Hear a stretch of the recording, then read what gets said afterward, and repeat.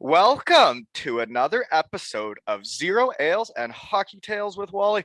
And today I am so excited to have on a 41-year-old from Glasgow, Scotland. His hockey journey took him to Scotland, Canada, USA, Northern Ireland, England, and France.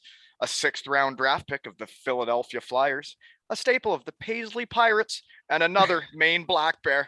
Before that, though, with the Cleveland Barons, had the most points and goals and was a first-team All-Star. As a Black Bear, all-rookie team, Hockey East second-team All-Star, named on the all-tournament team, which means he's a gamer, and was in Hockey East champion and a second-team All-American. Great Britain, 2 bronze, 4 silvers, and 2 gold medals. In the EIHL, became a legend of the Belfast Giants, 5 times scoring the most goals in the league by a Brit. And he did that 3 years in a row at one point, on a route to 1 KO Cup, 3 Challenge Cups, 1 playoff title, 3 league titles. And I found out for the first time ever, I'm having someone that's been inducted into the Ice Hockey Hall of Fame. Welcome to the podcast, Colin Shields. How's it going? Thanks for having me on. Yeah, did you get inducted into the British Ice Hockey Hall of Fame this year? Yeah, that was just, I found out a couple months ago, but they just announced it last week. So it was a little bit of a surprise. I kind of heard about it before, like that it was a thing, And I knew a few guys that were in there, of course, Tony Hand and a couple other players. But I yeah, never heard of it until the research team found it. Yeah, it was a little bit unexpected. It wasn't really something that was on my radar. We really expected. So nice. Well, that's really cool. So what are they going to do? I got presented with a little plaque at my gym because Beauty. The guy, the representative for the Hockey Hall of Fame is a guy called Jim Grace. He actually used to own Rockies next to the arena there. So I remember when the Blue Jays were in the playoffs and we were in Belfast. That was a happening place after one of our games. It used to be buzzing in there, and then and then kind of the ranks started their own bar, and he did pretty well though for a while, and then it just sort of kind of went a different way. Well, congratulations. Well deserved after the intro. You can see why you're getting inducted into that. But that's really cool. So how I get into this is how we know each other. Also, your business is the sponsor today, Total Performance Fitness, right? Where's that, Belfast? Yeah, so just outside Belfast, that's where I live now. I've lived here pretty much since about 2008. And then started up the gym there and while I was still playing in 2015. So it was nice to have something to fall back on when you retire, because as you know, we can't retire in Barbados with all our money, No, we don't have that much money. We have to actually work after. So how many, is it athletes or what are you doing? Or is it just general public? What are you doing? I started out with mostly athletes because I started going way back to when I was living in California in like the early 2000s. In the summer, I went out there to train, and then I kind of liked the training that we were doing, and so kind of started mentoring under a couple of guys out there, and then it just sort of snowballed from there. And then when I came to Belfast in 2008, I would kind of train the other guys that lived here in the summer and sort of make the workouts, and then it went from there to sort of junior hockey players, like the junior giants, and then it got to the point where started like a Facebook page, and then people were messaging me like, "Hey, I'm not an athlete, can I train?" And I said, "Well, why the hell not?" So started it, and snowballed from there. But it was a lot of work for the last sort of 3 or 4 years while I was still playing, trying to pretty much work 2 full-time jobs. But I'm definitely glad I started it, because now that I'm retired from hockey, it makes things a little easier when you got something in place. Yeah, for sure. It definitely would make the transition easier. So congratulations on firing that up, because there's a lot of guys that I guess don't get started on the next phase until it's either too late or it's really punching you in the mouth. I know, I've been trying to help. The guys that I would know that play here, the British guys, because especially the British guys, because it just happened organically, right? You're just helping them because you went over to Maine and you're learning all these different ways of training that maybe probably weren't over here yet, or over there yet. Yeah, I think so. And then they were sort of, a little bit, like, hey, can you just, no one likes kind of making their own workouts in summer. And it's a lot easier if you got someone to tell you what to do. Yeah. Some people don't like working out at all. Yeah. Okay. Another way how we know each other then is, you may or may not know this, but we definitely played against each other in college. That my roommates were just on, and we talked about one of our best memories or wildest arenas we remember, and everybody said the weekend in Maine, and that was against you. What a barn, eh? Yeah, that was definitely on my recruiting trip there. It's something special because I mean, back then they were such a powerhouse. They're still a really good team now, but had a little bit of a slide maybe in the last 5 to 10 years. And I mean, you go to watch a game there, and they put you right in the front row in the balcony in the student section on your recruiting trip for like really? a period. There might have been a few pucks get up there.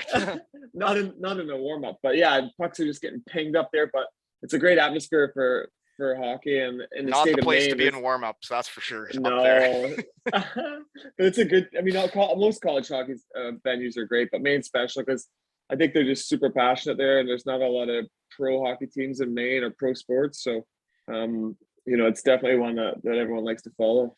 Yeah, I still remember that atmosphere. It was like, I don't know how many people fit in that place, but it was the loudest arena I had been in to that point in my life. And and then we played against each other there. And your goalies, Frank Doyle was played against me in junior B, and then I think he played in the UK for Sheffield or something, right? And Jimmy Howard.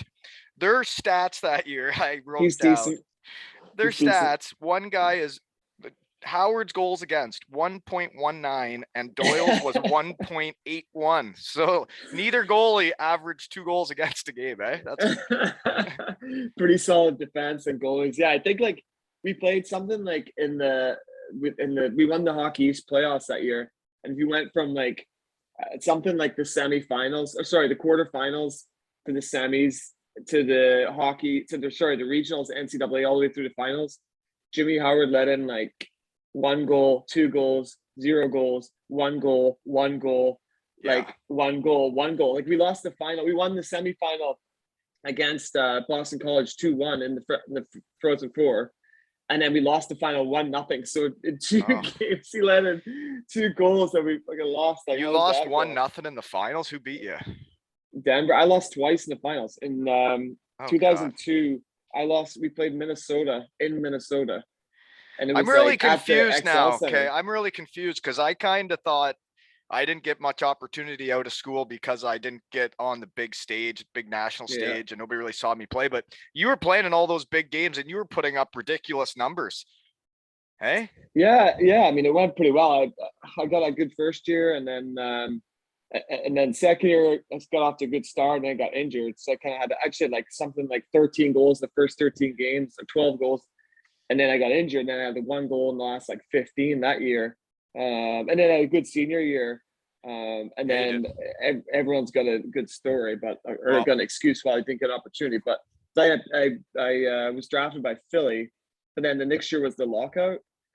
The year you leave school is the lockout?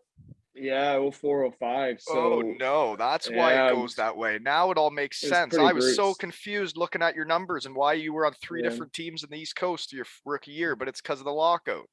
Well, I mean, my agent at the time said, look, like Philly's not signing it. They have enough guys under contract. They want to bring you in basically on a tryout. He goes, but I think we can get you a better opportunity. He said they have no spots in their American League team. Like none. They basically, their roster's locked. So he said, I think I can get you tryout in San Jose, and they have like 3 open spots. So I went to San Jose's camp, played in the rookie tournament, and then I went to the AHL camp in Cleveland. And then it was done. I was the last cut. It was done to myself and Mike. Remember Mike Hoffman, that big, massive guy, 6'5"? Mike Hoffman, like the guy. Yeah, not the one that plays in the NHL. The one that plays in the NHL I used to work out with, but I don't know the other one. Yeah. He was like a career American League guy, and but like 6'5", just a monster. He played for Belfast one year in like 2011. So it was down to him and I for like the last spot.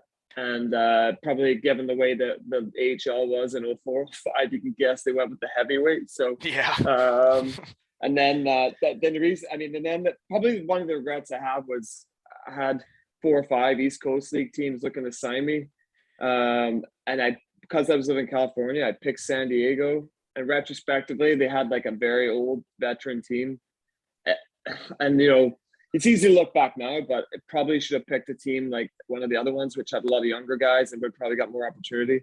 And I just had a horrendous rookie year. They say in the coast, like the guys that play in the North Division get called up more, right? Because they're closer to AHL teams, if that's what you're into. Yeah, I just Okay, now your story is all making more sense, but we're getting way ahead of ourselves now because we're still into how we know each other. I'm moving back on the tracks here. Okay. The other Maine Black Bears I've had on is Michel Levelet. Oh yeah, I'm gonna use my line mate. Did he tell you that? Yeah, he played with me in Helbron, but we never Yeah. really got to play together. But he was a great dude.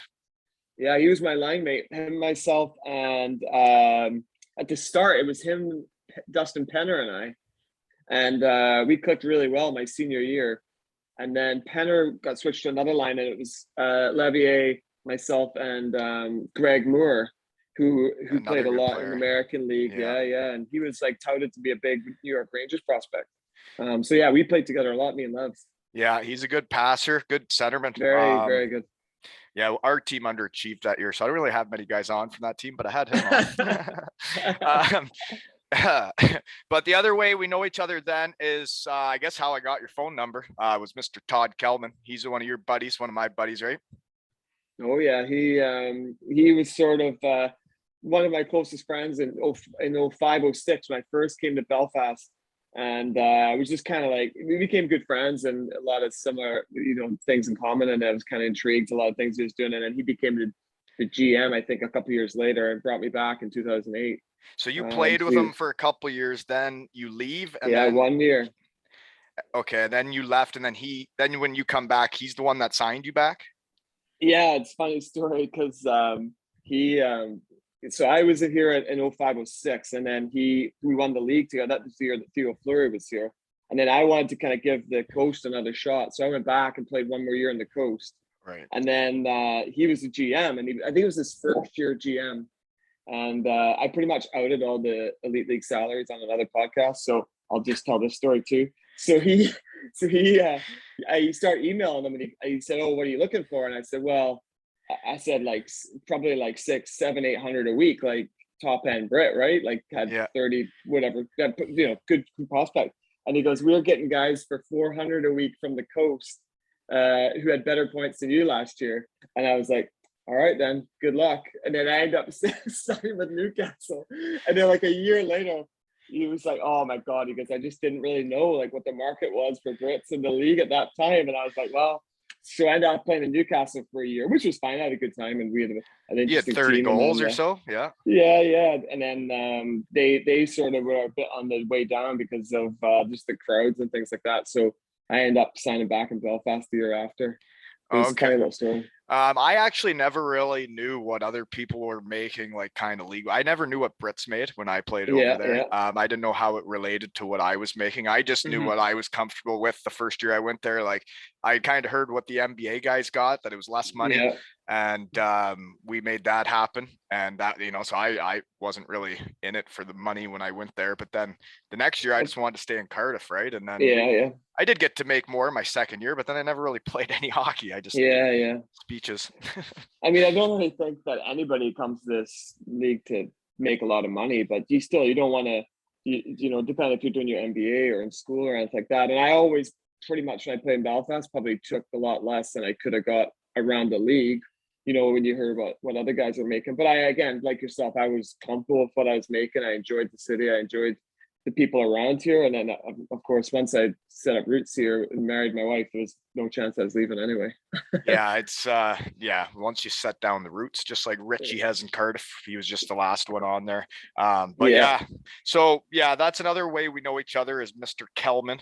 He was in Cardiff with me. And then, okay, so where and what are you doing now? I guess is the gym. That's what you got cooking mainly these days, eh? Yeah, pretty much. It's really only been, this is kind of, I've been retired since 2019. So, 3 years, but it was pretty much only one full year of hockey, before March 2020. So, but I got the gym going and I try to play a lot of golf and just kind of enjoy a little bit more free time. I mean, I think we both can testament to much your weekends and you're just playing hockey for 9 months a year. You don't get more than half a day off. It's interesting when you retire and all of a sudden you have a lot more free time. So, just trying to enjoy myself a little bit more. And the first year I was retired, I was glad because I did like 5 trips in like the first 6 months. And I was glad I did. I was like all over the place, like America, Europe. Like I was glad I did because obviously in March and everything shut down. So if I didn't go anywhere, I'd be like, flipping hell. But the traveling it's I don't know. For me, it's weird because when I joined the real world, then I didn't get any more vacation, right? Then I Yeah, I yeah, had a job and like you only get 2 weeks a year, so it's like, man, you gotta live on the weekend, right? yeah. Yeah, I um, mean, I was pretty fortunate that once, because with my business and stuff, I'm glad I set it up, as I said, because you weren't too stressed out about it sort of starting from a point, but it yeah. also allowed me to have a bit more free time because then I can make my own hours a bit more too. Oh, it's perfect. Great transition. Well done, sir. So I'm curious though, because sometimes I hear quite a bit of an accent there in the back, then I don't hear an accent. I'm really confused. So growing up in Glasgow or Paisley, where did you grow up? I'm from Glasgow originally, and I started playing hockey there when I was I started skating. My mom and dad used to be involved in hockey. My dad actually played for Team Great Britain as well, back when he was younger, and he was involved in hockey coaching. And my mom was a British junior figure skating champion. But Genetics, the rink folks. that they actually skated at, it actually closed down when I was about 4 or 5. So apart from maybe like pottering around on the ice, I actually didn't really kind of skate that much. And then when I was about 8 or 9, another rink opened up and we sort of stumbled on it. So I hadn't skated really at all, and I stumbled on it at that There's point. just no rinks around. No, there wasn't really, and they opened up this other rink, and my mom and I on a Saturday were looking for like a bowling alley or something. My parents weren't involved in hockey or skating at that point at all because the rink had closed down, so they just got continued with the rest of their lives, right? And so I said, I found this rink. So I was like, oh, let's go in. And there's a guy in there who used to work at the rink that they used to skate at. So he loaned me a pair of skates, went out there and was buzzing around. So from every weekend for about a year, maybe 6 months to a year, we just go skating on Saturdays, and then just started hockey after And that. that's at eight or And 9 years old. yeah. So I probably didn't get into hockey really until I was probably about 10, And how 9 far or away is 10, I this would rink say. to your house then? Well, it was pretty close. I mean, maybe like 15, 20 minutes. And did they But have minor hockey there then? Is that where you start playing hockey? yeah, so back then they only had, so when I first started, when I came back, actually, when I first started, they would maybe only had like learn to play for young kids, but there's no teams in Glasgow. So like Fife, Dundee, Edinburgh, they had like under 14s, under 12s, but Glasgow only had under 16s. That was the youngest age group they had, just because of like ice time and resources, et cetera, et cetera. So I just started, we just practiced, and that was it. And then maybe gradually the next year we had under 14, so we were all really young. And I don't know if you remember a guy called Stephen Murphy. He was the Yeah. Giants goaltender. Goalie, yeah. So he's my cousin. So it was like him, myself, a couple other guys, and then we started getting better and better. And then our last year under 12s, we got under 12 team. So we would travel through to like Fife or Dundee or Edinburgh, and there would be like an under 12s game, then an under 14s game, under 16s game, and we play all three all back to back. So you You'd like play play all the three game. teams, so you'd start against Oh the yeah, under oh 12s and yeah, work your way up. You oh might be yeah. tired by So the end when you're playing the big boys, oh, eh? we thought it was hilarious. But so we under 12s, like we were doing pretty good because we were decent, and under 14s, like win or lose. And then we are all like 11 or 12 years old playing against like 16-year-olds, so we're getting crushed. But still, by the time we got to by the time I got to 14, that's when I left. But but Yeah, that's how it gonna get started with the hockey. we're gonna get into that. That's interesting. That's how it all started. And I do need to mention this while we're at the start, and I don't just episode 34, Garrett Mears, his wife was in a car accident. Long-term injuries. I'm raffling off this jersey behind me to raise money for them. So please buy a ticket at my website, www.aleshockeytales.com. And all the money is going to them. So cheers. Please come together, hockey world and my friends. Thank you. I'm not crying. Okay, moving on.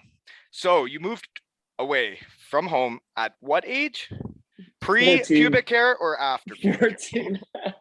There was probably some stubble on there, but Yeah. not a lot. But yeah, and around it was sort of the point where I'm sure probably in Canada too, you get decent at the level you're at, and then if you want to progress, you kind of have to move away from home. And Yeah. it was just one of those ones where my dad was coaching and the league below kind of the elite league at the time, and he had a couple of imports on his team, so that's who he was coaching, Paisley, that you mentioned before. And a couple of the imports were like, oh, we got a connection at Notre Dame. So they kind of got me in there, and it was one of those ones where my mom and dad, they were, I guess, calling up or writing. I don't even know how you would contact someone back in 1994. And so were trying to get me in all summer, but they were full. They were like, we have no grade 9 spots. Like it's completely full. So, but they're like, just keep in touch or whatever, because stuff changes all the time. And then I think, I can't remember, but say October or early November, maybe not even that late, some kid got kicked out. There was the accent. Say out again. Out and about. Yeah, he got kicked out. So so a spot opened up. So I just buzzed over. So we literally over the course of maybe like a week to 10 days, booked a flight, showed up there on a Sunday, took like 3 flights to get there, just show up with 2 hockey bag equipment, clothes. And then that's to the boarding school in Saskatchewan. Yeah, cab drops you off. And it's like coming into winter in Saskatchewan, eh? Oh yeah, and like it's not like things aren't out. I mean, I had the name of a lady, like, oh, this lady she'll show you where to go, but it's a Sunday too. So I just like cruise up. Like first person I see, I'm like, hey man, I just got here. Like where do I go? So then sort of, someone makes a call or finds somebody else. But yeah, just pretty much right in the thick of things. Next day, first day of class, and everyone's like, where the hell did you come from? You got the Scottish kid, and then you just join the hockey program then and start going to class and you're in. Yeah, I mean, the next day, I think just tag on with this kid's like, oh, I'll show you around. So just go to class with him, and the teachers say, oh, we heard we're getting somebody new. So kind of a novelty, I guess. And then they had already had their tryouts though, because they had back then they had 18 teams, right? So for Bantam, midget, everything, they have all different levels, like AAA, AA, all the way down. So they had already had their teams pretty much set. So I was 14, so I was Bantam, and so they're like, oh, go and try out go practice like the AAA team. So I was also like pretty scrawny for my age, 14, and like the highest level of hockey you'd been playing. And I guess you had played the kind of second league pro for Paisley, or no, for your old man? No. At that point, not really. Just sort of practice with them, right. But never. I'd play against other 14, 15-year-olds in Scotland. Big difference all of a sudden. So you're still the only hockey. Yeah, the only hockey you've played is when you're playing in 3 different age groups at a 6-year span. Yeah, scoring probably like 200 goals in 20 games, and then you're firing right in. And the 2 guys on the Bantam AAA team at the time were Brad Richards and Vincent LeCavier. Yeah, so that's who you went out for practice with the first time. Yeah, the first time. But they were jump right into it, of course. Yeah, and then so I practiced with them. I felt like I wasn't out of my depth or anything. Like I had good skills and all that, but maybe just wasn't ready for, the North American style. So I played the whole year with I think it was like AA tier 1. They had like 10 different Bantam teams. That's crazy. I did pretty well. It was good. Like there's a guy who actually used to play for. He played for Braehead a couple of years ago at Glasgow. Jeff Ulmer. Have you ever heard of that name before? I've heard the name. Yeah, I don't know him. Yeah, he's from Wilcox, Saskatchewan. So his dad, Dennis Ulmer, was my coach. Okay. Yeah, small. And then like all the coaches are like teachers at the school and like admin people. Like it's a real small tight community. So yeah, I played for that team for the full year. And okay, now this is where I'm curious.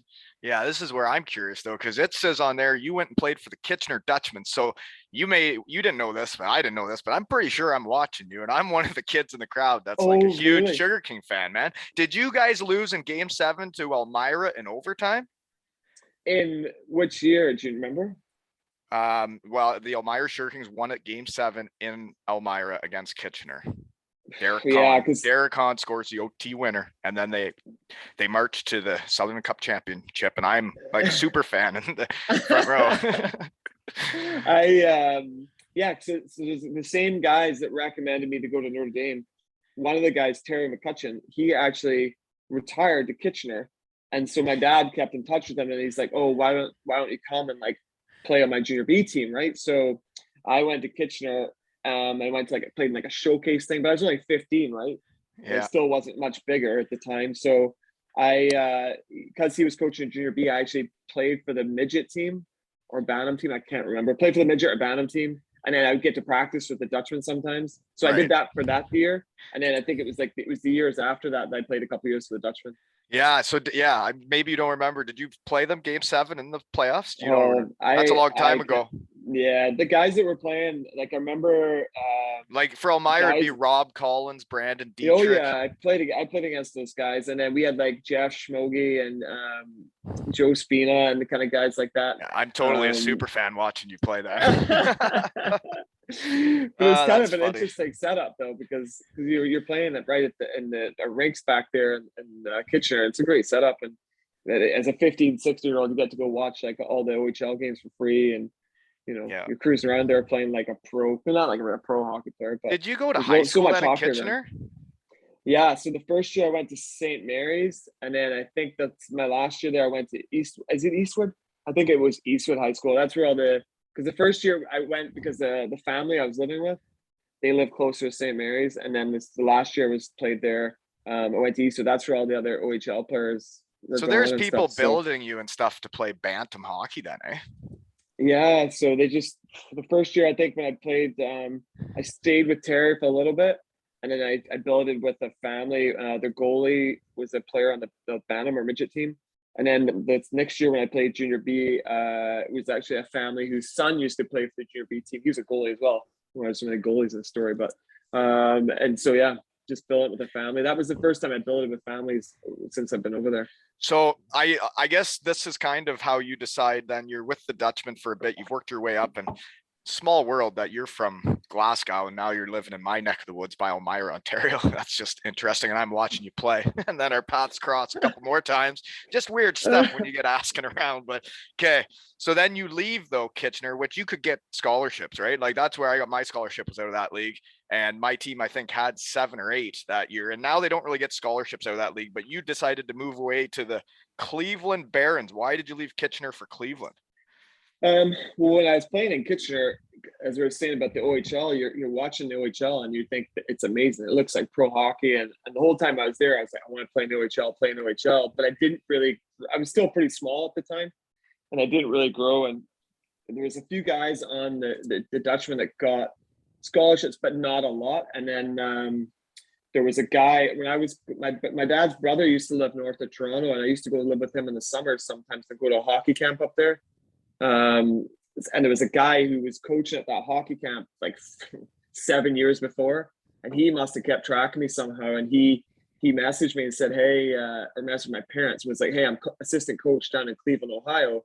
Do you guys want to come down and check it out?" So I think I was 18 at the time, and my dad's brother drove down there. It's about a 6-hour drive. Drove down to Cleveland for a weekend, and they took us around and they showed us all the stuff, and looked like a really good setup, and it was sort of another.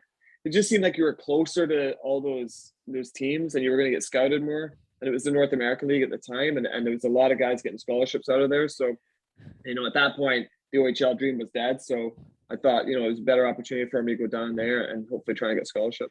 Yeah, no, good call. It's I mean, it's tough for me to hear that my old league doesn't give me scholarships, but like American players are better than they used to be. Like they don't need as many Yeah, Canadians for scholarships, right? Like they already got enough good Americans now. If you look at the yeah. I mean, rosters. we didn't really know, right? Because back then it's still 1998. I didn't really know. And if someone says, "Oh, there's X amount of scholarships," so if the Midwestern Junior B the year before, when I was there, maybe had like at that time had like 4 or 5 scholarships, yeah, out of it. League wide, yeah. Yeah, we're down in the North American. There's like 4 or 5 guys a team going every year. Maybe not on and full now rights, but like the full rosters are going. Yeah. Yeah, exactly. So it made Okay. more sense for me at that time. I agree. And research team found it. They were hot. Is you played with Jimmy Slater, who was like a first round NHL draft pick. So was he playing with you when he got drafted first round, or was he at Michigan State then? Well, he played one more year because I would have been 18, and I think he was 16 the first year. I think he played in Cleveland 3 years. Okay. I just Or saw your maybe 2. stats. I'll have You to had check. 46 goals and he had like 35 goals, and you guys were the top 2 on the team. I know they took the wrong guy, I guess. But but yeah, he was. I think he was 16. I played with him. I can't remember if I played for 1 year or 2 years, but he was just like, you could tell that he was, rough around the edges, but was super strong for a 16, 17-year-old, and really good skills, and a really nice kid. And we still keep in touch. And but yeah, so we spent a lot of time together. Meet Jimmy, and there was a couple other guys that end up playing college after that as well. Okay, yeah, he was a good player for Michigan State. I remember Yeah. that. So then how do you when do you get recruited to Maine? And do you get to go on like you go to the recruiting trip? You said you were in the fan section, right? Yeah, so like the first year I went to Cleveland, like we didn't really know. We were like, oh, we're going down here to try and get a scholarship. I was 19 after the season.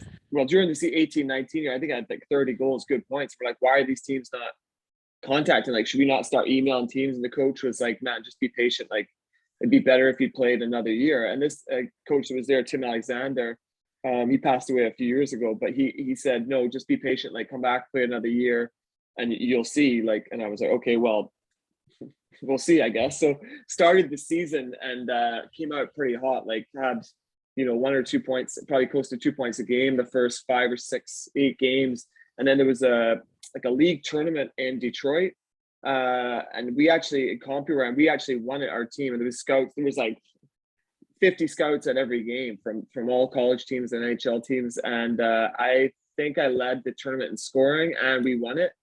And then right after that, it was sort of like a daily basis. I was getting calls. Frenzy. Yeah, so it just sort of went from almost like silence before that. Maybe a couple teams called, and then from there, I went to visit Miami, Ohio, who they were still a little bit under the radar at that point. They were starting to come up a little bit. And then I went and visited Michigan State. I just wasn't like super sold on it. And then this is all within like a 2-3 week period. And then a couple other recruiting trips set up, and then Maine called as well. So I went to Maine, and but it was kind of between, I would say, Maine, Michigan, New Hampshire. You're going to the big schools, hey? You're a big deal. Yeah, it was going okay at that point. I don't know what happened, but the guy from so we do recruiting trip set up to Maine, and the guy from Michigan called me on like a Wednesday, and he goes, he said, "Oh, we're interested, like to bring you in." And I said, "Well, I'm going to Maine on Friday." And he just started laughing, and I always remember the call. And I said, "Oh, why are you laughing?" And he's like, "Well," he goes, "I'll call you on Monday, and then if you're still," he goes, "then we'll see if you want to come in to visit." So I went to Maine, obviously, and it was just like an unbelievable experience. Sean Walsh was the coach, and when I went on the ones to Michigan State and Ohio, the visits were fine, but like I was spending almost a full day with like Sean Walsh, who's the head coach. He was like bringing me into team meetings like during the game and stuff before the game. It was just the other trips I went on, they feel like we just sort of cart you around and like, you yeah, can this tell is this, you is can this. tell when who really wants you. You can tell by Yeah, the way they talk to you, by the way they take you exactly. around the town. Oh yeah, you can Exactly. tell for sure. It was Yeah. it was the same for my couple of recruiting trips. I just went to northeastern and western Michigan, but Yeah. when you go to a school, and like when I go to western Michigan, and you can just tell like how bad they want you, Yeah. it's a whole different experience, right? And then you want them back.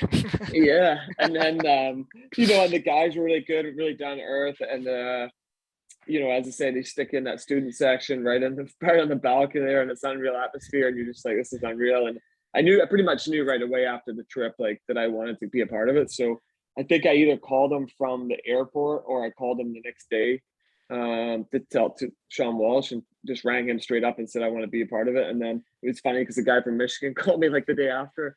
And he's like, "Well, you're. I assume you're going to Maine." And I said, "Why is that?" And he goes, "Yeah, most people that go in there, like this was back obviously 20 years ago too, when Yeah. things were a little different." And he goes, "Like most guys that go in there, when they see what it's like, he says they usually commit right away." And that's what was interesting for me, was because the day after I committed to Western Michigan, I think I had like a hat trick or something in the junior B game, and Maine was waiting for me outside of the locker room, and our assistant coach at Western Michigan was like, "Sorry, man, he committed yesterday."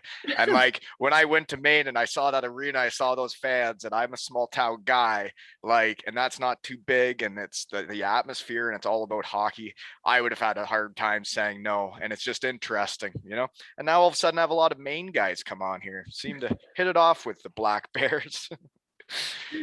Okay, moving on. Where are we? You still played under 20 for Great Britain, though, eh? That's when you first start making GB, because I saw you never. Research team didn't find under 18s for GB, did they? I don't even know if I think back then they didn't have under 18s. Wasn't a thing, eh? No, I don't think so. I remember when I was playing and when I was playing that year midget, I think I was 16, 15 or 16. I played in a couple world championships. They used to be at Christmas, but we'd be in a couple, obviously a few divisions down. So I would just fly back, go to, I think the first year went to like Romania, then went somewhere else. I can't remember, Hungary. And then when my 19th, the year that I was in Cleveland there, my last year junior, we went to and played in Japan. So I went from Cleveland to the UK to Japan. I mean, I think we got a bronze. We've got a bronze medal that year, and then it was all the way back to get to the States. But so yeah, that was kind of where it all started. You've seen quite a bit of the world, eh? And pretty fortunate. Most of it's with Team GB. I mean, we do complain about a lot of stuff, but pretty fortunate to get to see the things we get to see and the place we get to go. Yeah, you guys have like you were part of it before. I don't know if you're still a part of hockey that much, but like your guys' bond as the GB guys, you can just see like just everybody loves each other, eh? Yeah, I think because we did grow up, like we the guys on those teams. I mean, I was a little bit older than sort of Jonathan Phillips, but I was kind of that transition stage where we went from having guys like David Longstaff and Jonathan Weaver. Jonathan Weaver still played till on GB till what was that 2017, 18, but all those guys like John, David Clark, David Phillips, Richie, all those guys all grew up together, and it was sort of every year we kind of get together and share stories, and definitely that helped when it came down to the crunch time where we started having success, but it took us a few years to get to that top level. But Yeah. it definitely helped. Yeah, well, I saw like my years over there was when you guys were almost winning gold and you got like silver, and it took a couple years to break through. But like when teams care about each other as much as you guys did, that's what kind of puts you over the edge, right? And like when it comes down to crunch time at the end of a game and Richie will block a shot with his face or whatever will happen, right? And yeah, that's how teams win. But okay, so then you get to Maine and you don't play for a year. Is that because of like schooling in the UK compared to the US, or why do you sit out a year? No, it was basically a technical error as such, because my second year in Cleveland, I was done high school, because the first year in Cleveland I went to high school. But to get in, I had to get a student visa. So at the time, the coach in Cleveland, we should have of course looked into this, but he said, "Oh, what we'll do is we'll register you for community college, and then we'll get you a student visa." He goes, "But it doesn't matter. It's just to get the visa." So the first semester, he said, you have to go the first semester so that you can keep the visa, right? So I go the first semester, get like four C's probably, and Yeah. then in the four classes, and then after Christmas, I just don't go back. So nothing really happens with this. Like the visa's fine for that year, and then when I go to Maine, they're like, "Oh, did you did play junior last year? That's fine, that's fine." And then someone said, "Oh, this was like 10 days before the opening night, like on the start of October, the first game, they're playing North Dakota at home, 2 games." And someone from the compliance department calls me in. They're like, "Hey, what's this community college you went to?" I said, "Oh, I went there just for a student visa." And they're like, "Oh, as soon as you start doing full-time education, you can do like 1 or 2 classes, but as soon as you start going full-time, it starts your 5-year clock to play 4 years." So I only had 12 credits to transfer. So I should have been a transfer student, right? But I only had 12 credits. So I wasn't eligible to play. So You got I had bad to sit out advice the whole taking year. those classes. You should. I was a part-time student. I stayed one more year after high Yeah. school, and I took 2 classes a semester, and then I could transfer those over. Yeah. I mean, it was one of those ones where just maybe at the time people didn't know, and it was just to get the visa. But to get the visa, I had to take full-time courses. Oh, So yeah, it was a bit of a tricky situation. And then I had a decision to make, right? Like, I was 20 years old. I still had 1 year left for major junior. Do I try and like go to, speaking to Guelph in the OHL, like do I try and break into the OHL as a 20, like as an overage? Like they were going to give me a spot, but it was just tricky. Like, do I stick it out? And because it was already October, I think it made it easier. I really only had a couple months till Christmas. Then I could come home, and then because I was going to be able to play for Great Britain in the World Championships in April, it didn't actually seem like that long. And then I think at the start of school, I was about 155 pounds that year, and then by the start of the next year, I was probably up to about 175, 180. So yeah. I got a lot stronger, and it made it probably an easier transition. for that first year playing. I But probably gained about 20, but I don't think it was that much not muscle. not for not for working It was out. just the freshman 15, really. Yeah, yeah, Those probably half of my cafeterias were all you can eat every yeah. day. It's unlimited meals. Is this for real? Okay, well that makes more sense. So then so you would have just got bagged that year with the other healthy scratches and battled and competed and practiced. Yeah. What fun times. Okay, so then you finally get to play and then you just ran amok. Your first year, which is like your first year of actually playing college, you scored 29 goals. Yeah, that was the first year that synergies were a thing, and that's why I Well, that's all attribute you all my needed. Just the success new to it. pop. So You just needed the technology. the pop came out of those things, but no, I mean, it's just one of those ones where everything sort of clicks. Like, you get a couple opportunities early, and Are you taking a and one-timer on the PP, or are you standing in the slot trigger man? back then at the start was more kind of in the slot. Yeah, you were. Yeah, and then just kind of getting a lot of one-timers in the slot there, and yeah, it was one of those ones where you're just getting some good pop off the stick at the time, and things were just going in, and I think it came out real hot, and then it slowed up for a while, and then it could finish the year two, and that's where we went to the Frozen Four that year. Okay, yeah, that's a lot of goals in college, man. That's quite a bit. And then you had 46 points. So is that when you get drafted to the NHL? Is that year?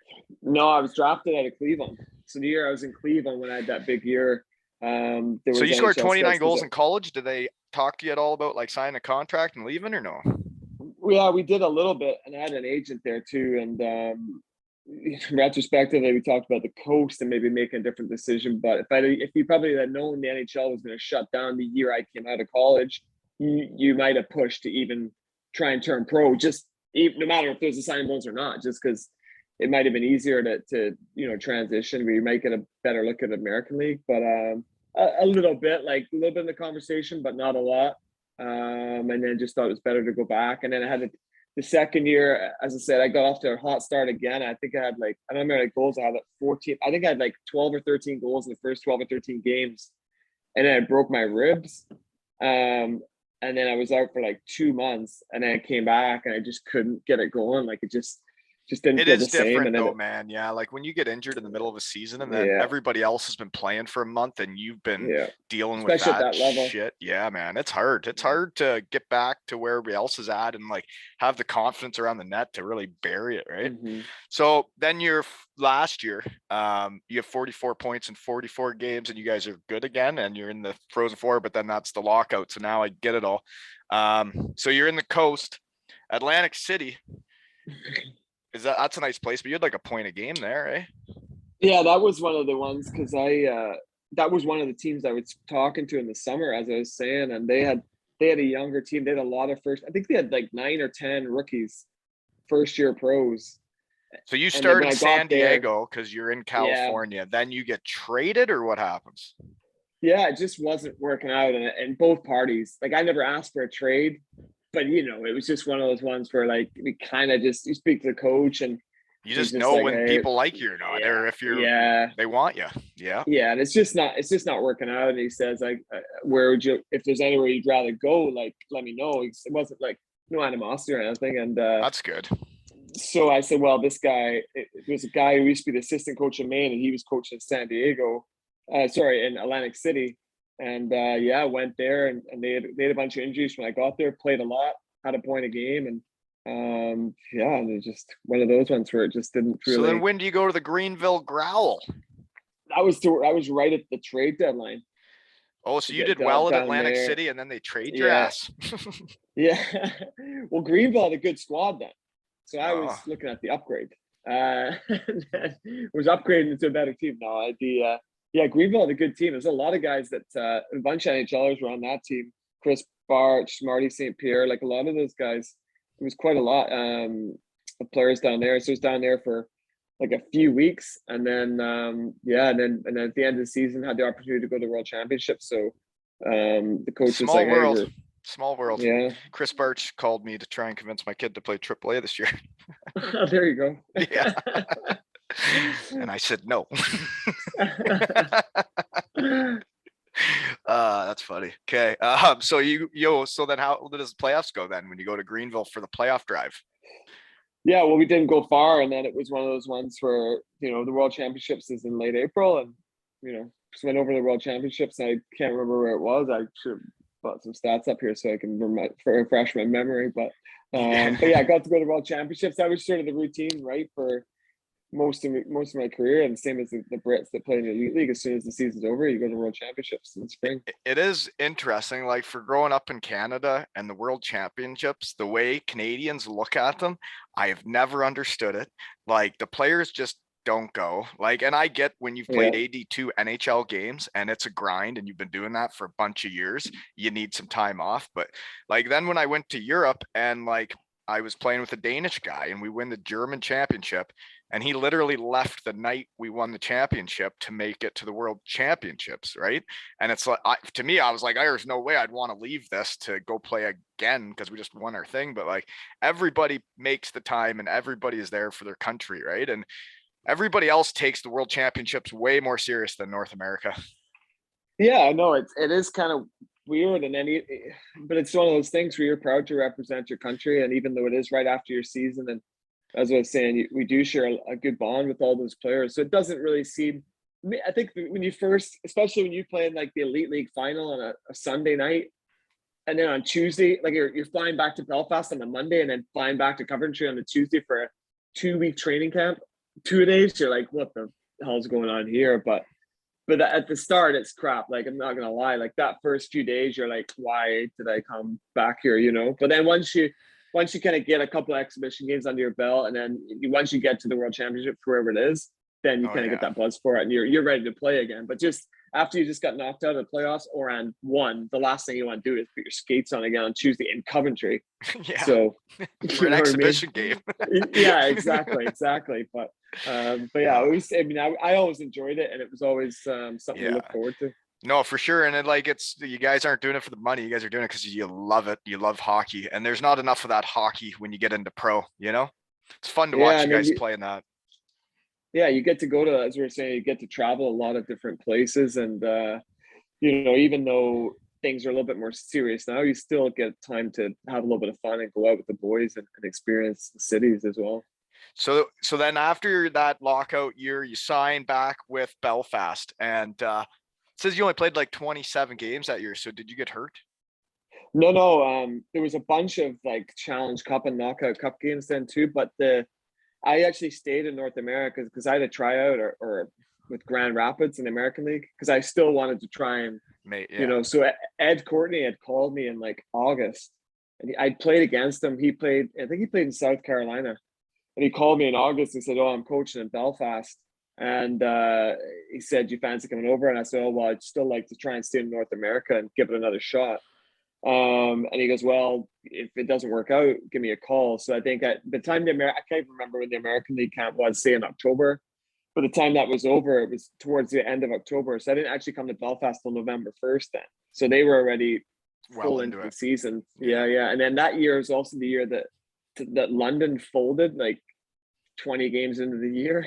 So they started, this is the biggest EIHL thing you've ever heard. So they had the Challenge Cup already, right? But say London had 20 games left, 20 home games left. And so a lot of teams had 2 or 3 home games against London as well. So they started another trophy mid-season. So they called the Knockout Cup to Is that make what up the for all KO the Cup is?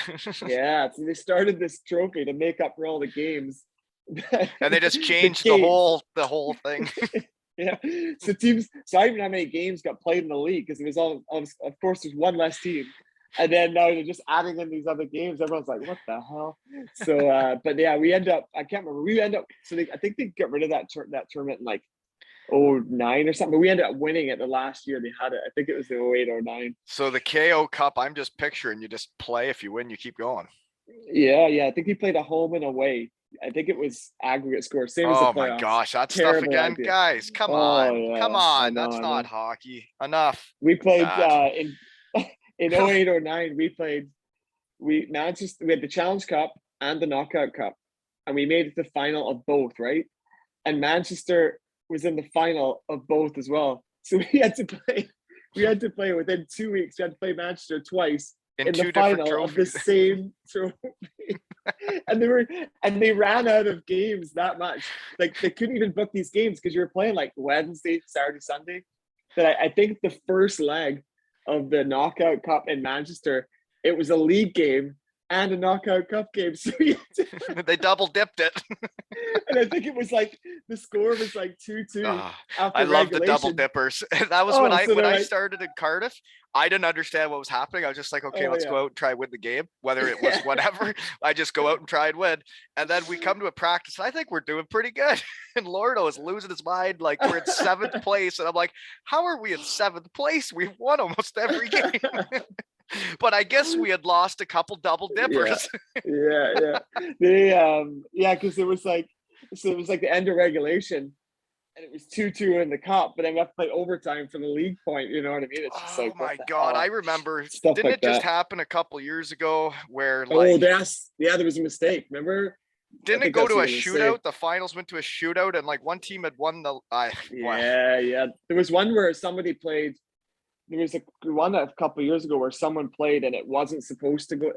They said no, there's no overtime. Oh, it was in a Challenge Cup. I think I might have played in that game. It was like a Challenge Cup round robin game, and it gets to the end of the game, right? It was us, Manchester, and at the end of the game, it's like 2-2, and the ref goes, "That's it, game's over," and we're like, "Oh no, there's overtime now in the round robin, the Challenge Cup." He's like, "No, there's not," and we're like, maybe you want to like make a call and check on this." He's like, "No, that's it, it's over." So like, sure enough, get off, get undressed. Like an hour later, they call the league and they're like, "Yeah, you." So the next night we played them, and we had to start the game with overtime from the night before. So you we had to started play, with so you did overtime. and then start another Then game. we'll do opening puck drop. Yeah. Oh By man, the way, some of the folks, you should stories. really reconsider aggregate scores. The whole thing's weird. Like the one year I played playoffs in Cardiff was we played you guys, and I think Yeah, we tied you in Belfast. So then we head home for the second leg, and we're like, yeah. well, we tied them there. Like we're sitting pretty, and then you guys won a road game, and then we were out. But that was some serious battles, you guys in Cardiff that year. Do you remember like the exhibition game? I'm new to the UK, don't know anything really about the league. All I know is that there's quite a few fights, right, in the past Yeah. history. So then we get to Belfast, and Lordo, his first speech, and he's getting us all wound up like these guys are the unicorn. They won the league by so far. They're so good. And then we go out there and we just got in a full blown brawl like for 60 minutes. Do you remember that? Yeah, because we it seems to go in cycles, doesn't it? Like it seems like sometimes certain teams have like a lot of heavies and then the next year they don't. And it was one of those ones where maybe the year before you had Lordo and maybe like one He other thought guy they or got pushed something. around. So then he brought in like Yeah. Hendo, Dougie Clarkson, Yeah. Jesse Mitch, and Yeah. like there were so many. That was one of the cycles for us. Like where the year before we had like Swez and like a couple other kind of bigger guys. And then the next year the guys that they had didn't really want to. They're the Do it guys that anymore. came to they're the guys that came to elite league because they want to be scorers, right? Which happens Mm-hmm. all the time. Mm-hmm. And all of a sudden, you guys have like 6 or 7 guys, and then we're kind of like look us the smaller guys like looking down the bench at these guys like, man, aren't you gonna do it here? And then that's where they had to bring in Westgarth because the guys they brought in to like fight weren't fighting. They brought in Westgarth because they're like, God, no one's even doing it. And like, but Oh that was a man, that debacle. That rapier. it So was like a battle for arbs though. It's like when one yeah, team got a guy, then the next team got a yeah, guy, and then for the second year it was like Cam Jansen and everything. yeah. It was a lot of people getting into it over there. But I mean I thought it was really exciting hockey. um okay, so anyways, those were good battles, those Belfast Cardiff games. But back on track here. You played the one year in Belfast. You played 27 games, and you said Theo Fleury's on that team and Todd Kelman. So you guys win it. Goalie's Mike Menard from Owen Sound. Is that right? Yeah, you're correct. Small world. His brother was on here. Yep. Okay. Chris, So right? I played against Chris in the coast. yeah. Chris came on. Yep. And moving on then as you go back to the coast, you want to grind her out again. So you start with Fresno in California. Yeah, started in Fresno. Yeah, went okay there, decent points, I think. And then I don't care I about think it's Fresno. just I want to talk about Idaho because I played them in the finals of the coast, and Idaho. what a town. Yeah, it Hey, was great. And Same thing. Started at Fresno and then just like numbers game a little bit, and kind of get bumped around. And then the guy was like, "Man, like we don't have any space." And he says, "Idaho's real short numbered, like real short. I could get you there." And I was contemplating coming back to the UK, and I was like, "Well, it's already Christmas, whatever it was." So I said, "Sure, I'll go to Idaho." And man, I was glad I did. I mean, what a great town experience and like really good setup. Like probably one of the best coach setups I would say that I've ever seen. And it's an amazing time. Great bars there. And there was a bar there we got free drinks at. All you had to do was like tip. I can't remember what it's called, but when we went there like for the finals, so however long you were there for the finals, I think we were only there for 2 games, and that's like 4 days or whatever. But like, what a town! Everybody's biking around, everybody's smiling, everybody's happy. Yeah. Boise, so Idaho, nice, folks. And they took real good care. Like they had that was probably one of the first places where like after the game they had a bar in there. You go up, you get free meals. And the rink's right in the town center. So you just cruise around and I was maybe like I played I had good points there. I was playing a lot and it was going okay. And then I got like I ran into a guy that was like 6'6" and my nose was like all over my face. And so I was pretty concussed for a little bit. And I actually never even ended up playing in the playoffs that year. So that was the year that they won it too.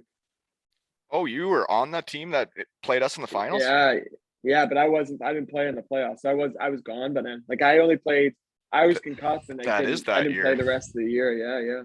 Okay. But they had a sick team that year. Yeah, they did. Okay. So Nesbitt was on that team? Nesbitt, Lance Galbraith, Lance Galbraith ran amok in the playoffs. Yablonsky, Nickerson was there during the season. So goalie was Silverthorne. Good team. Yep. You guys beat us in the finals just straight up. They won. Wasn't that close. We won the first game and then they won 4 straight. That was it. Yeah. We got tired. Conditioning issues again. Okay. So then after that year you were concussed. So when do you start feeling better? And then like how long does it last? I mean, I had a couple of concussions like going back in the day as well. I didn't play again that year. I actually missed the World Championships that year too because I played, I think since 01 the GB, but I missed quite a few for injury. And I missed that year. And then it was that was the story I was telling you about Kelman, where I started talking to him in the summer, and then I kind of had enough of the coast at that point. It was just like, hey, like it's not, American League's not going to happen. I was looking to come back to the UK. Didn't work out with Belfast at that time. And went to Newcastle. No regrets about going there. It's a great city and a lot of good people involved in the team back then. And David Longstaff was on the team and good friends with him. He's a British legend, and Rob Wilson was the coach and all that stuff. So it was definitely a good experience, but kind of. What's the league like back then? You scored 30 goals your first year home. So then whatever you made that year, I'm assuming you're getting the raise then to get to Belfast the next year. If you get 30 as a Brit. Todd started seeing them much, but I always took, as I say, I never like held out or anything like that, or never asked for anything inappropriate, and but I was very impressed with Belfast before, and Newcastle looked like they were starting to have a little trouble as far as with the rink and things like that. So, and actually 2 years later, they end up playing in Whitley Bay, which is like, that was probably before your time. So yeah, and then the team wasn't able to play in the league anymore. So it was one of those ones where, Todd wanted to get me back and I wanted to be back in Belfast. So it kind of worked out well that way. When do you meet your gal? 2000, have to check here check the stats too. Here, 2000, later 2010 there. Okay. That wasn't why you were trying to get back there. Okay. You weren't taking a hometown discount yet. That was prior. Yeah. After 2010, it was the money was gone. Yeah. Once you start dating the locals, that's when the teams know they got you. Yeah. Nowhere to go now. You're not leaving. Yeah. That's when the offers could go down to the hockey world, guys. Just think about it. Okay. So then you get 30 goals in Newcastle. The team's okay. I've never heard of Newcastle being good. So I don't know. Yeah, we were pretty good. Like I think we were in the top maybe 4 most of the year. I think a bunch of good players on the team. They did a good job that year, but just not enough to get over the hump. So then you go to Belfast, and is that when you guys are like really good and just dominate the league? Yeah, the year that first year back, like we had a pretty good team. That's where we won the Challenge Cup, and then the last year that Knockout Cup. And then I don't even know what we finished in the league, but we were pretty close. Like Coventry because Coventry was a big powerhouse back then in like the 2000s, late 2000s, because they were the first team to get that uni deal. So Oh, they had a lot of guys in early on that, guys like Carlson and Calder and Martin. So they had a lot of guys, and then they stuck around there too, even after. So they were a real powerhouse, and they won the league and the cups and all that stuff in the playoffs back in the day. okay. I didn't. I knew Coventry used to be good. But Yeah, yeah, the yeah. school deal is huge for any team. Like it's what made it. It is definitely why I went to Cardiff. I didn't know anything about Cardiff. I knew I was going to get an MBA. And it was going to take me 1 year. Yeah, if you look at the demographic of the players that come to the league, it makes complete sense for teams to be able to offer that. And you're going to get players that are, better players to come to the league that maybe wouldn't think about it. And it's definitely a good recruiting tool. So then, when did you get named captain of the Belfast Giants? What? Um, yeah, this is my second year back there. George Owado was out for injured for the whole season there. At the start of the year, he picked up an injury, and I got off to I had good numbers. I think in the year before, I was second in the league in scoring, and then we won both those cups. And then the start of that 09-10 season just kind of, it was almost like my second year in Cleveland. Things just started really well and just got some confidence early. And then just kind of snowballed from there and just kind of kept the momentum for the whole season. Well, it's being named a captain of like I guess teams like Belfast or Cardiff, like Richie was just named. Like when you get named a captain of one of those teams or any team for that matter, it's gotta mean quite a bit, no? Yeah, it did. It meant a lot. And then especially the next year, like we were able to play the Bruins, the Boston Bruins in 2011 or 10-11, to sort of be wearing that C. I mean, there was lots of moments where you were proud to be captain, especially So did you a get to leader of go my for like the team. opening face-off as the captain against who would have been Chara? Chara, yeah, I should have sent you that for the profile picture of the thing there, but the collage. But it's pretty funny, him like 6'9" and me 5 foot nothing, standing taking the face off. But that was one of the harder moments as captain. And then we won the year before we won the playoffs. Getting to get the trophy there was definitely a big moment as captain. How'd the game go against the Bruins? It was all right. It was pretty. I mean, they outshot us. I think the shots were probably like 45 or 50-15. But I mean, they were on another level, of course, as you know. But not Lance Galbraith. Jade Galbraith actually scored first. So You guys were up 1-0. yeah, up 1-0. But they, I mean, they had the puck most of the time. But it wasn't. I mean, it wasn't like an absolute debacle. But obviously, you could maybe tell they weren't going full pedal to the gas. Well, but they are like playing an exhibition game for their spots, right? All those fringe Yeah, players, they they're weren't. playing for their jobs. Yeah, they weren't going easy. That's for sure. Yeah. And you could just see the difference. They weren't fumbling pucks and so strong down low, controlling the puck. And there was one, where the guys just get their speed going and they're just flying down the ice. You're just like, this D-man's got no chance here. And it's interesting when you do skate with guys, and like a lot of times it was like D-men, right? In college, like John Michael Lyles, he'd go out there for Michigan State and he'd get the puck and he'd make everybody else look like little boys. And like he would just skate through everybody and then set someone up back door. And you're like, huh, looks really easy when he has the puck, That's how you're supposed to do it. That's what you're supposed to do when you play hockey. Okay. So then when does Todd Kelvin make you guys do the Christmas video? To one of my favorite songs, Mariah Carey, All I Want for Christmas, because you're in that video, are you not? On YouTube, folks, check it out. Yeah. Belfast Giants, All I Want for Christmas. Yeah, we were having a good year that year. That was the year that there was a three-way tie. I think you can't make that video if you're having a bad year. You cannot make that video having a bad year. Yeah, so there was a two-way tie for first, and we were second, 1 point behind. So it was three teams within 1 point, basically. But yeah, I remember it was before, it must have been in December, of course, sometime. And it was one of those ones where, hey, on your day off, they're like, and the boys were like out on a Sunday night or whatever, and like, oh, got to come to the rink tomorrow at like 9 a.m. We're gonna do this video, and we're like, yeah, whatever. So we all show up, after a few pops the night before, and it was the longest day in history. Like it took, oh my god, and we didn't even do like all the bits in one day. We were there from like 9 in the morning to like 8 at night, and everyone was just like, get us out of here. Like it was the longest day, and then guys had to go back like other days to film like different arts, but no, you had no idea it was going to turn out to be a viral video, right? Well, mine never got to be viral. The time that happened to me was in Germany. It came up way before in the podcast. People probably haven't heard this story in a long time, but I do have the pictures on my phone and in my email now, but I'm not allowed to show them. But I was in an erotic photo shoot in Germany, and we were told we had to show up at the rink on a Monday. And we didn't know why. We just knew there was a photo shoot. And then a bus of Russian ladies showed up for a photo shoot, and for the most part they were naked, and they played hockey against us naked, and they pretended to coach our team naked. And then the final scene of the day was in the shower. I skipped that one. Didn't want to upset the wife, you can't be enjoying the shower scene, but it did happen, and I have the proof on my phone, and that shit would have gone viral if we would have sent it out, folks, but I won't. I made promises, I won't send it out. But I have it now. That's a keeper. It is. Best story of the day, I was kicked out of the massage scene. I was supposed to be laying on the bed getting a massage from one of the Russian ladies, and the photographer or the producer director said I didn't have the body type for the massage scene. Fun day though.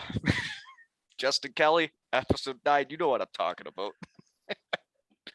Okay, moving on. You then after that decide to become an import again in Europe, and you go to one of my favorite places in the world, Morzine, France. I went on a ski trip there. I know about it. Yeah, things were going okay in Belfast, but I'd never played in Europe, and there was this agent came to me and said, "Hey, like this team's interested. Would you be interested in going down there?" And I figured I could play in the elite league, which I did till I was 40. So I was like, well, might as well go down there and see what it's like. And then if I did well, then I might get an opportunity to go somewhere else in Europe. Which didn't work out hockey wise, but I mean, what an amazing place to live. And the first few months you get there, so we got there August 1st, and it's like 30 degrees, like 35 degrees, just like unbelievable mountain town in the summer. And it's good for by August, September, still pretty busy, and a lot of mountain bikers, different downhill stuff going on, and then so I think there's about 3,000 residents there normally in the summer, and then from October, November, there's about 300 residents. Everything closes, like there's only like 2 restaurants open. None of the bars are really open. It is like ghost town for 2 months until skiing starts. Yeah, so like and when this ghost town was going on, I remember we went out for the hockey there is, I would say it's below the level of the elite league, but then Morzine would be a lower budget team also. So we were taking like minibuses to games, like 3 or 4 hour drives in minibuses that players on the team are driving. Like no naps for them, eh? Yeah, like what is going on here? And then you play in a longer trip. You'd be taking bus the night before, not a sleeper bus. Take a bus all through the night to like Rouen or something, 10-hour bus ride. Get there 8 in the morning, pre-game skate, and then they're like, okay, so grab some food, and then the face-off is at 8 p.m. And we're like, oh, so where's the hotel, or take a nap? And they're like, nope, no hotel. So you just have to hang around the town or take a nap in the locker room or on this bus, which is like parked in the parking lot. We were like, what the hell? But as far as, so like, and I think once it got to, I think December, something like say 23rd, I went to bed, ghost town, no snow, got up on like the 23rd or 24th, 2 feet of snow overnight almost. I'm like, how the hell did this happen? And the place is just packed with people. I think there's like 30,000 visitors a week there. And it was every day we got free ski equipment, we got free ski passes. I'd never really skied in my life before. By the start, I couldn't go 10 meters without falling 10 times. But we got to ski pretty much every day. With a couple of the imports who were really good skiers, and we had a great time there. Deuce was there with you, eh? Yeah, oh yeah, he's a great guy. So he was a good skier. And then a guy called Brad Smith, an older guy. Did he ever tell you about Brad Smith? No. Do you ever know? Yeah. I know that I've heard that name. Yeah, you might want to get that guy on your show. He played in Belfast actually in 2010, 11 too. He had 60, I think he had over 60 goals one year in the American League. 60? Played about I know who, yeah. Did he play for Grand Rapids? Yeah, you have to look him up. He used a wooden stick, taped the whole way down the shaft, like this. He still used a wooden stick in 2011, 12. He brought about 150 sticks with him, no visor, just old school, but great guy, and just so many stories about him down there, and just an absolute beauty. Did you ever eat fondue? Oh yeah, every night. I mean, you're talking about the freshman 15. I came back from there about 15 pounds heavier. We used to eat out every night of the week there because we got such great deals at restaurants and the food was so good. Like, how could you not? When we went there, that was so my wife let me go as my retirement gift when I hurt my knee last season. I went for Carl Hudson and bunch of guys. We all went. There's 11 of us went to Morzine skiing because Carl Hudson Yeah, had played there and set it all up. And oh my gosh, what a time we had! And so fun. you go out for dinner, and then we ate halfway down the mountain, and then skied in the middle of the night all the way down. But Yeah, it was it's amazing. what a spot. But yeah, fondue, food around there, good Fondue. stuff. But yeah, I only went for like I think I went for a weekend, and I bet you I put on Yeah. 15 to 20. But yeah, I was working at it. Okay. So then after that year then is oh dear, you started in Sheffield the next year after Morzine? Yeah, as for a guy who was the MC at our wedding, Kelman and I definitely had a few times where we weren't good at negotiating contracts. But He was the MC at your wedding. He's a talker, eh? He would have nailed yeah, that, hey? he was really good, and I don't think anyone here, or well, and any of my wife's parents' friends had ever seen a guy talk like that, especially with the mic. So he was doing great. But yeah, so Belfast had won the league the year I was away, actually, and then when I came back from Warzine, they had already kind of offered contracts to all these to the Brits to come back. Because they had won it And and they had done well, yeah. yeah. And then I said, oh, he's like, well, I can't really do anything until I find out. And I said, well, Sheffield's offered me like a good contract. And he's like, well, can you wait? And I was like, I don't know. What do you think I should do? And it was one of those ones where I couldn't wait because I didn't want to pass it up. And there was, as you know, there's only so many spots for Brits on around the league. And it was okay at the start, but my heart really wasn't in it there. And I just knew that I wanted to be back in Belfast. So I packed it in just before Christmas, challenged the Elite League's 2-week notice rule. And 2 weeks later, I was playing in Belfast. Is that right? So like what you say, like I want out of my contract and they kind of have to let you? Is that how it works? Yeah, well, they weren't happy about it. Well, But no, they nobody's gonna be said, happy to lose a player like you. well, yeah, of course. But it was one of those ones where, I was fully within my rights and they tried to say I wasn't, but I was like, well, there's not much you can do about it. And so there was a little bit there. That's where they talk about the only Elite League trade, because Belfast had a guy in import, Scott Champagne, and they wanted rid of him. I think, no offense to Scott Champagne, but it wasn't working out. And Yeah. Sheffield they had an import injured, so they wanted an import. So I think they kind of brushed it under the rug to make it look like a trade. So they said, oh, we'll let you go to Belfast if Belfast gives us Champagne, which was like, it worked out for me, so I didn't really care what they called it or what they said. As long as you get back to Belfast, right? Yeah. So I mean, my wife was here at the time. We weren't married, but I kind of want to be back here and lived here in the summers at that point too. So. Okay, so you had set up shop there. You're living there in the summers, and you wanted to go back after Morzine, and it's tough, right? I know that happens to players. You leave for a year because you want to go spread your wings and you want to go be an import, and then when you want to come back, like there is only so many jobs, and when people are signed, they're signed, right? And and it would have sucked for you to not go back to Belfast if that's where you want to be, right? Yeah, definitely. And it was no offense like any of the people in Sheffield, and I'm still friends with all those guys and all the guys on the national team. But it was just one of those ones where, as you say, your heart's maybe not fully in it, and and you just know you kind of want to be somewhere else. I never did ask. So how's Stephen Murphy, your cousin? Is that a first cousin? Yeah, so his stepdad is my mom's brother, so kind of half cousin, and so my uncle and Stephen Murphy's mom got together when he was about 8 or 9. So I'm about a year and a bit older than him. So we first met when we were probably about 9 or 10. And so for me at that age, it was almost like you're getting a bit it's like what is it in Step Brothers or Dale and thing? It's like, do we just become best friends? Yeah, it's like well, so you guys would have got to grow up in the hockey world together then, right? Yeah, it's like almost that age. And he had already started playing hockey in Dundee because he was from Dundee originally. And then he moved to Glasgow. So all of a sudden I got a new best friend. So he started as a player. And then when I was telling you about those under 12 and 14 teams, we never, one of our Achilles heel was that we never had a goalie.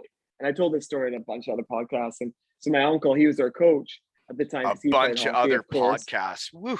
How many are you on None, here? Jeez. none as good as this, of course. But so it was one of those ones where like we're like got the puck the whole time. We're all over teams, and all of a sudden they take a shot from like the red line that's going in. Yep. So that one Saturday morning at like 7 a.m., my uncle, he's pretty ruthless. He's like, right, tells the other goalie to beat it. Like they take his pads. They're like, all right, so they strap the pads on one kid, fire him in net. Nope, take them off him. All right, another kid, fire them on him.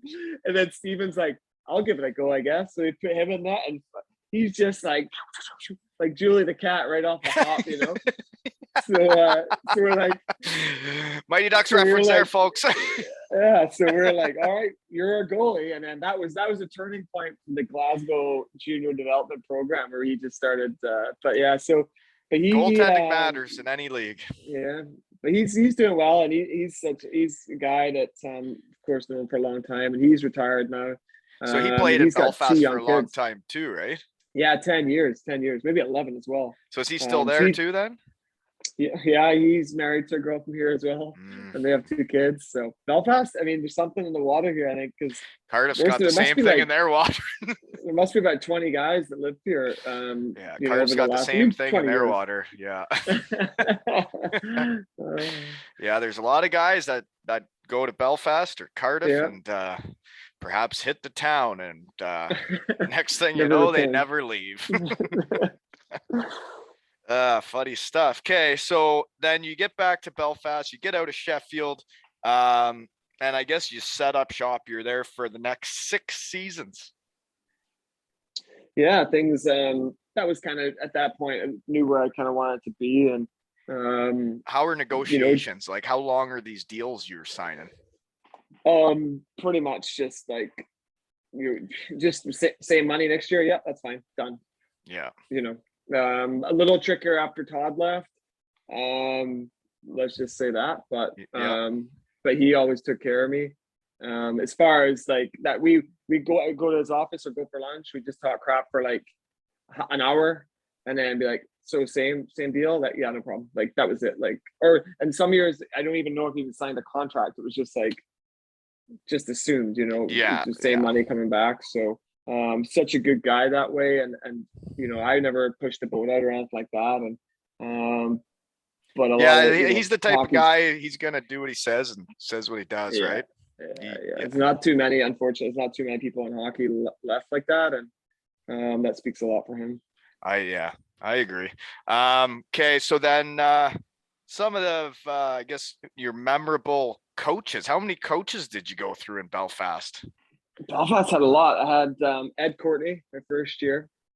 Then I had Steve Thornton for 2 years. Then we had Doug Christensen, big American guy. He's coaching the coast now, actually. Again, Doug Christensen for 1 year. Then we had Paul Lady for 1 year. Then we had Steve Thornton again. I've got good memory here. And then we had Derek Walzer for 2 years. Yeah, Derek Walzer, great player, really good player. He was a great player. I played with him in Syracuse. He was the D-man. I'll never D-man / forward. But yeah, he's the guy that he was last man back and turned. This is what I get called up the coast, right? And I just, you know, I'm happy to be in the AHL. I'm just trying not to screw up, right? I'm doing everything I can to get the puck deep, get it out. Yeah. Just do whatever I can to stay there. And that guy was last man back, last man back. Like, I mean, bringing it up from behind our own net, tried to dangle last man back, gave it up. They go in and score. And then he came to the bench, and the coach goes down to the D to say something to him. And all he said was, I didn't mean to go F off, go back to your end of the bench. And the coach actually did. He had some crazy skills, man. Like some of the stuff he did as a player was pretty impressive. I mean, I don't know I think he's coaching now at an assistant somewhere, but I don't know if he knew what I've said this before too. I don't know if he knew what he's getting himself into here, but another player without the coaching tag, I don't think he would ever played in this league. Yeah, and then my last 2 years was keeper. Kiefer, So yeah. yeah. What a So pretty much competitor had. that guy is. Jeepers, I hated my shifts against him. Yeah, oh yeah. Yeah, he hit too hard. I didn't like it. So yeah, I went um, through quite a cycle of coaches, that's for sure. yeah, they go through them in hockey. I know that. Okay, well then, how about any memorable times then with GB? We haven't really touched about that. We've basically gone through the rest of your stuff other than GB. Like obviously, you were on the team with both gold medals, making it up to the top group. Yeah, that was, I mean, we went full cycle over the course of like my whole career. Like we started out, I think the first year would have been like 2001 maybe. And that year was the year, I don't know if you heard that story before, where we played in Slovenia. And Slovenia was good. And there was, say, four other teams. I can't remember the teams were. What, Estonia was one of the teams. So us and Slovenia both go undefeated. Then we tie Slovenia in like one of the middle games, 3-3. So the goal differential, Slovenia has to beat Estonia. We beat Estonia like 6-1. Like they're not that bad at the time. Yeah. So we Slovenia has to beat Estonia by like, I can't, we have to look this up, like 10 goals to get promoted to Pool A, right? Well, they beat them like 17-0. Like Really? guys on, oh, there's a lot. I don't know at the time. I was like 21, but guys were saying how corrupt it was. Like guys were just like getting coughing the puck up. It was brutal. So we almost won gold that year, and then it took us until 2011. I think one of the ones we got silver or bronze. We were really close again, and then we didn't. Then we actually went down a division. Once they changed it, so we actually didn't really get a chance until. And then we were in 2 years in a row. We had the games in our hands to get up to the next level. I mean, we got silver 2 years in a row. And both times I feel like we were leading it going into the third, and we lost. And then the third year was the time in Belfast where we end up playing. We won all our games. I think Japan won all their games, and it came down to the last game, and we just like weren't going to beat denied. Yeah, and it was just the experience from losing and having it on our tape. Like I think it was in Croatia we lost the last game after being up like 2-1 against somebody like Ukraine, and then the year before in Holland, I think we we're up as well. Then we lost. And then the next year, the year we were in that kind of better pool with Italy and Hungary and everything, even though it came down to the wire, it was one of those ones where everything just clicked for us, where Bouncy was unbelievable. Our power play was just, we got Perlini, I think that was his first year on the team, and everything just started to roll, and everything just clicked. It was almost like it was meant to be. And to get up to that top pool, and it was just amazing, especially for me. My last year to play in the Division A was something I always dreamt about, and got that opportunity the last year. It was definitely a memory that I'll always cherish. So yeah, who all did you play? That seems memorable. Players or country? Yeah, I mean, we got to play against like Finland, Slovakia, Germany, Team USA. I was a healthy scratch against Canada. That's another podcast story for you, but we'll save that one for another time. Okay. But even just to get the opportunity to be there, I mean, it's a completely different. I mean, it's like nothing against the EIHL, but like the division we're in before is like everything surrounding it, the hotels, the meals, the transport, the media is like the EIHL, and then that top division, it's like the NHL. Like, you know, everything you need is like at your fingertips. Like, you know, you're staying at better hotels, the meals, the travel, everything is just first class, and getting to experience that is something that, you know, never had for the previous 15-20 years. Yes, that would be very special. So then what did make you shut her down then near the end? Like how'd you decide to stop playing? I had a good year my second last year. I think I had high 20s in goals, 30 goals maybe. The last couple of years there before the last year. And then felt okay going into the season. I got a really bad stick in the eye 5 games in. I was on a 2-on-1, and the player tried to pass it over, and the defenseman picked it off, and he tried to like backhand the puck into like the 30th row for some reason. And I was like this, looking down at the puck, and just got boom right in the eye. So I missed probably about 2 or 3 months.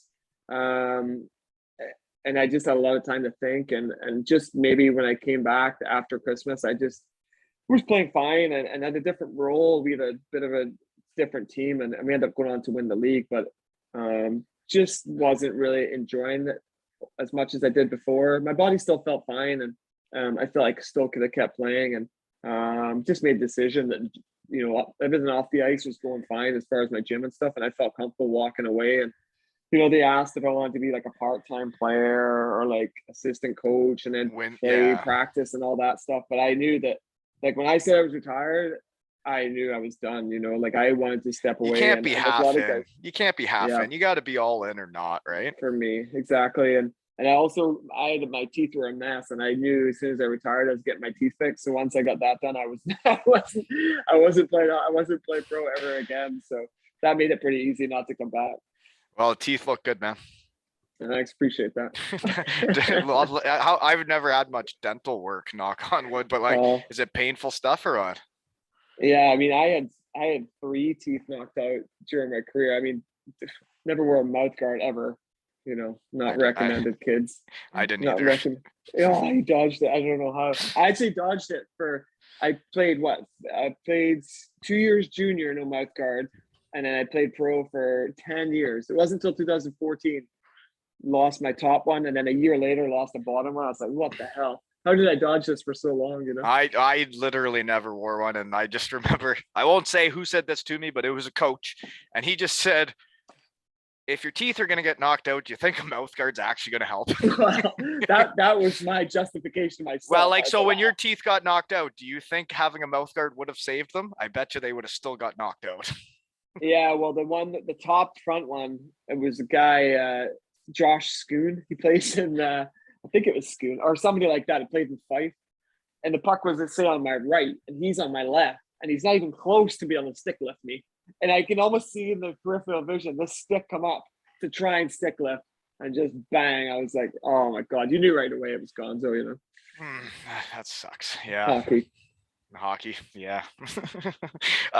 Well, you know, I don't really have much else other than it's really cool that, like, when I reach out to a guy like you who's like another legend in the UK, I have Mark Richardson on. I ask him to come on. He says, absolutely. Are you kidding me? You say absolutely. I'd love to. It just, when guys want to come on, it warms my heart. And thank you. It's nice getting to know you over the last hour and a half. No, I appreciate that. And you know, I'd heard about it before through Todd, and anytime you know, good people know good people, it's one of those ones. So you know, pleasure to help you out, and anytime. Well, thank you, and we can do this again sometime. Maybe we'll get the MC on with you, and we'll have a catch up. we wouldn't even get a word in. I know. But anyways, congratulations on a great career. And I'm sure if you ever wanted to get like back into the hockey world, I'm sure you could in some way if you want to. And if not, I'm sure the gym's going to go great too. And it's great you have that to sink your teeth into in retirement, because I know not everybody transitions as well as you have. And it seems like you all got your ducks in a row. So good work. Thanks very much. I appreciate that. And this has been another episode of Zero Ales and Hockey Tales with Sheds and Wally.